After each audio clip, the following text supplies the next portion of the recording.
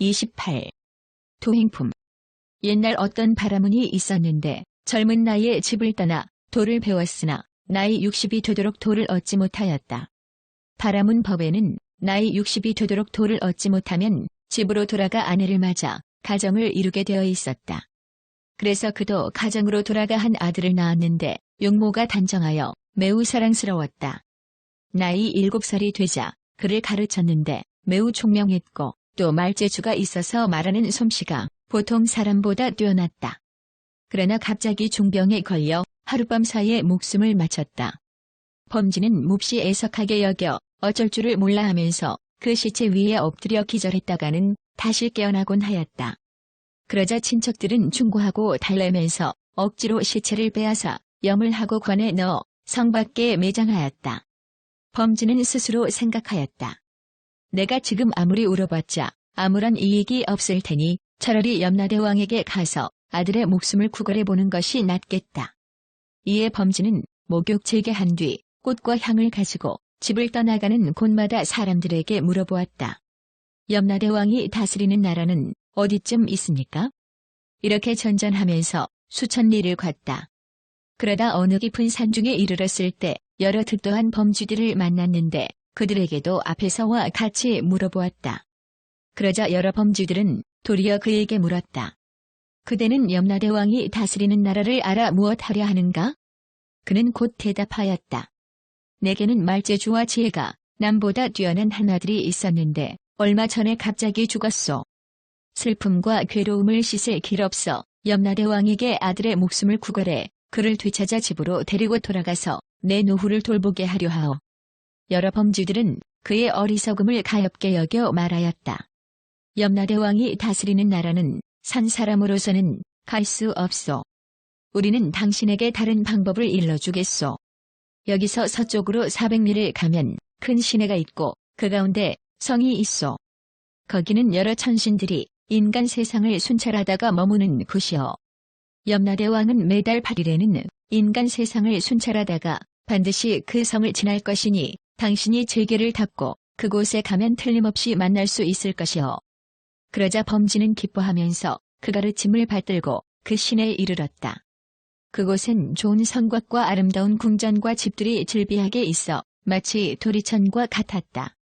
범지는 그것을 보고 성문에 이르러 향을 사르고 발돋움하고 축원하면서 염라대왕 만나기를 간청하였다.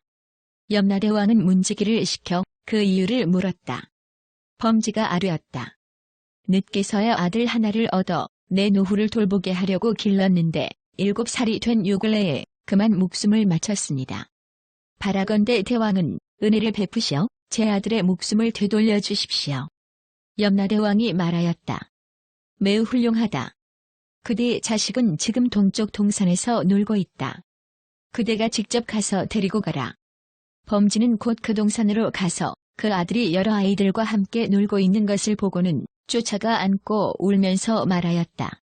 나는 밤낮으로 네 생각에 음식도 맛이 없었고 잠도 자지 못했다. 그런데 너는 정녕 이 부모의 고통을 생각인들 하느냐? 그러자 아이는 놀라 외치고 도로 꾸짖으면서 말하였다. 미련한 이 노인은 아무 이치도 모르는구려. 잠깐 동안 몸을 의탁한 나를 아들이라 부르는구려. 부질없는 잔소리하지 말고 빨리 떠나시오. 나는 지금 이 세간에 내 부모가 따로 있건을 황당하게 만나자마자 왜 껴안는 것이오. 범지는 실망하고 슬피 울면서 그곳을 떠나와서는 가만히 생각하였다. 내가 들으니 사문구담은 사람의 영혼이 변화하는 이치를 잘 아신다고 한다. 지금 가서 물어보리라. 그래서 범지는 이내 돌아와 부처님께 갔는데 그때 부처님께서는 사위국 기원정사에서 대중을 위해 설법하고 계셨다. 범지는 부처님을 뵙고 머리를 조아려 예배한 뒤 그동안의 사정을 자세히 아뢰고 물었다. 그 아이는 진실로 내 아들임이 분명한데 나를 알아보지도 못할 뿐더러 도리어 나를 어리석은 늙은이라 불렀습니다. 그리고 잠깐 동안 몸을 의탁한 나를 아들이라 부르냐고 하면서 전혀 부자의 정이 없었습니다. 무엇 때문에 그렇습니까? 부처님께서 범지에게 말씀하셨다. 그대는 참으로 어리석다. 사람이 죽으면 영혼은 떠나 곧 다른 곳에서 몸을 받는다. 부모와 처자의 인연으로 모여 사는 것은 마치 여관의 나그네가 아침에 일어나면 이내 흩어지는 것과 같은 이 지휘관을 어리석고 미혹하여 얽매어 집착하고 있구나.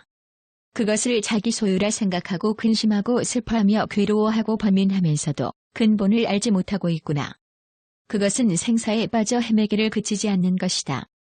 그러나 지혜로운 사람은 은정과 애욕에 탐착하지 않고 그 괴로움을 깨달아 그 원인을 버리며 부지런히 법과 계율을 닦아 온갖 생각을 없애버리고 생사를 끝내게 되는 것이다.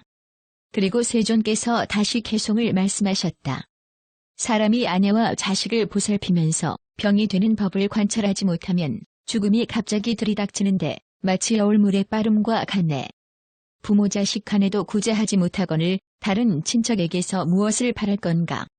목숨이 다할 때 친한 이를 믿는 것은 장님이 등불을 지키는 것 같다.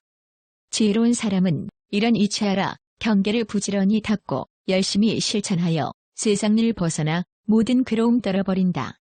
생사의 깊은 몸 멀리하기를 바람이 구름을 쓸어버리듯 하라.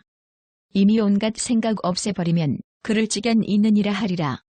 제일한 이 세상에 으뜸인 건 마음이 깨끗하여 함이 없으면 바른 가르침 받은 대로 나고 죽음 다하게 되리.